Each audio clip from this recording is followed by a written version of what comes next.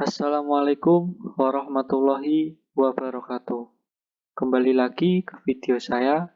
Kali ini saya, Fauzi Setiawan, akan membahas tentang model infrastruktur jaringan. Yang pertama adalah pengertian.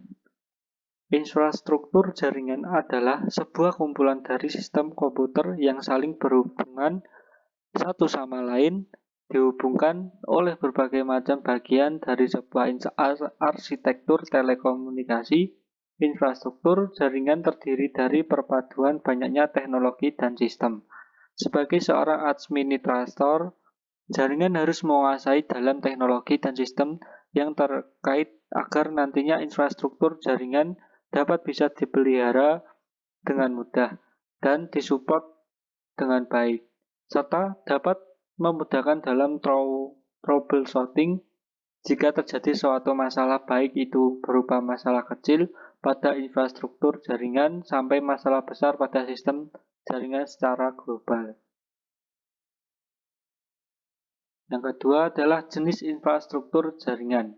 Sekumpulan komponen-komponen fisik dan juga logikal yang memberikan fondasi koneksivitas, keamanan, routing, manajemen, akses, dan berbagai macam fitur integral jaringan.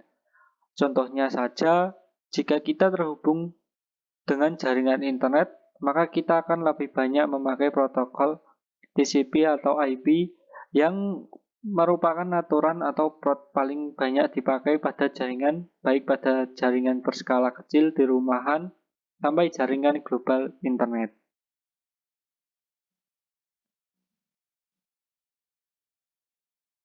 Satu, infrastruktur jaringan fisik. Berbagai dengan komponen atau perangkat fisik pada suatu jaringan. Komputer perangkat jaringan yang masuk ke dalam kategori infrastruktur fisik yaitu 1. Router digunakan untuk komunikasi jaringan lokal yang berbeda segmen IP.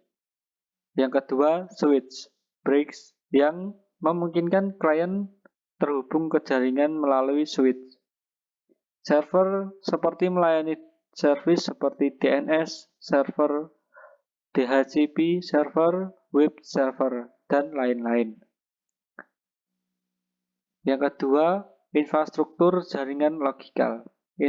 Infrastruktur logikal ini memungkinkan terjadinya komunikasi antar komputer melewati jaringan fisik yang sesuai dengan topologi jaringan.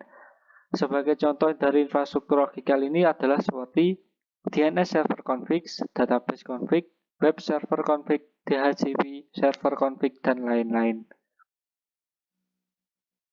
Dan ini pembagian jaringan berdasarkan cakupan atau jangkauan geografis.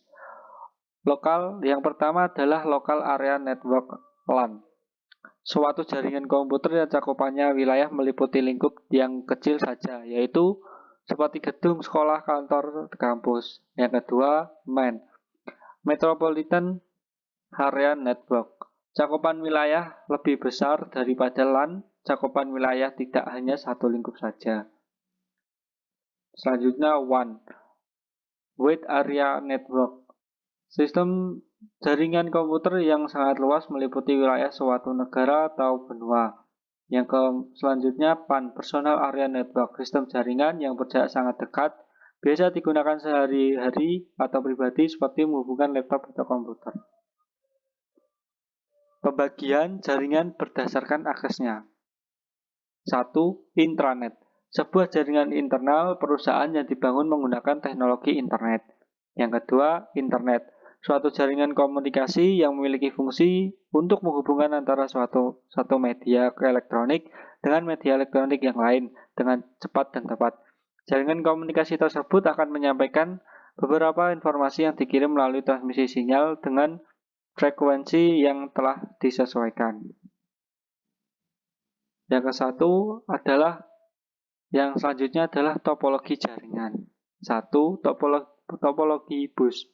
Kelebihan topologi bus: 1. Biaya instalasi yang dibilang sangat murah karena hanya menggunakan sedikit kabel. Yang kedua, penambahan klien atau workstation baru dapat dilakukan dengan mudah. Ketiga, topologi yang sangat sederhana dan mudah diaplikasikan. Kekurangan topologi bus: satu, jika salah satu kabel pada topologi jaringan bus putus atau bermasalah, hal tersebut dapat mengganggu komputer, workstation, atau klien yang lainnya. Yang kedua, proses sending atau mengirim, dan receiving atau menerima. Data kurang efisien, biasanya sering terjadi tabrakan data pada topologi ini. Yang ketiga, topologi yang sangat jadul dan sulit dikembangkan. Yang kedua, topologi star. Kelebihan topologi star: satu, apabila salah satu komputer mengalami masalah, jaringan pada topologi ini dapat berjalan dan tidak mempengaruhi komputer yang lain. Yang kedua, bersifat fleksibel. Tiga, tingkat keamanan bisa dibilang cukup baik daripada topologi bus. Yang keempat, kemudahan deteksi masalah cukup mudah jika terjadi kerusakan pada jaringan. Kekurangan topologi star: jika switch atau hub yang notabene sebagai titik pusat mengalami masalah, maka seluruh komputer yang terhubung pada topologi ini juga mengalami masalah. Yang kedua, cukup membutuhkan banyak kabel. Jadi biaya yang dikeluarkan bisa dibilang cukup mahal. Yang ketiga, jaringan sangat tergantung pada terminal pusat. Yang ketiga adalah topologi ring. Kelebihan topologi ring: satu, memiliki performa yang lebih baik daripada topologi bus. Yang kedua, mudah diimplementasikan. Yang ketiga, konfigurasi ulang dan instalasi perangkat baru bisa dibilang cukup mudah. Yang keempat, biaya instalasi cukup murah. Kekurangan topologi ring: satu, kinerja komunikasi dalam topologi ini dinilai dari jumlah atau banyaknya titik atau NAT. Yang kedua, troubleshooting bisa dibilang cukup rumit.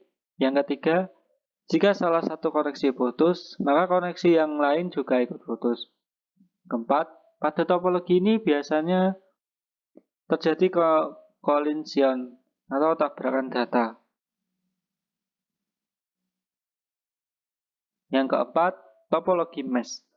Kelebihan topologi mesh: satu, jalur pengiriman data yang digunakan sangat banyak, jadi tidak perlu khawatir akan adanya tabrakan data, collision.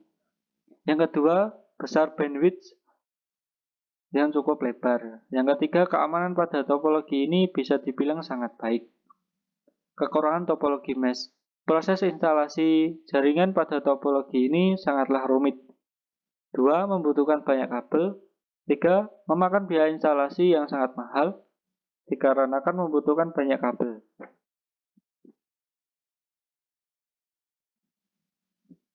Selanjutnya, pembagian jaringan penggunaan kabel. Jaringan berkabel, wired network. Jaringan berkabel: jaringan yang menggunakan kabel sebagai media penghubung antara komputer satu dengan yang lain. Kelebihannya, harga lebih murah, tingkat keamanan sangat tinggi, mudah dalam melakukan pemasangan. Kekurangannya terlalu banyak menggunakan kabel, jangkauan dan akses yang terbatas. Jika ingin melakukan perluasan, jaringan agak susah. Jaringan nirkabel, wireless network. Jaringan nirkabel: jaringan yang menggunakan gelombang radio dan teknologi Bluetooth sebagai media penghubung antara device satu dengan device lain. Kelebihannya, pemeliharaan murah, proses pemasangan sangat mudah, tidak perlu menggunakan kabel. Kekurangan, kapasitas jaringan terbatas, konfigurasi yang lebih rumit dan sulit, keamanan data yang kurang terjamin. Selanjutnya adalah jaringan berdasarkan siarannya atau castingnya.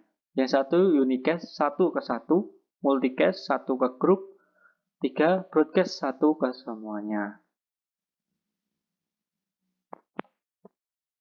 Sekian, terima kasih dari saya. Bila ada salah kata, mohon maaf. Jangan lupa like dan subscribe atau komen di bawah. Wassalamualaikum warahmatullahi wabarakatuh.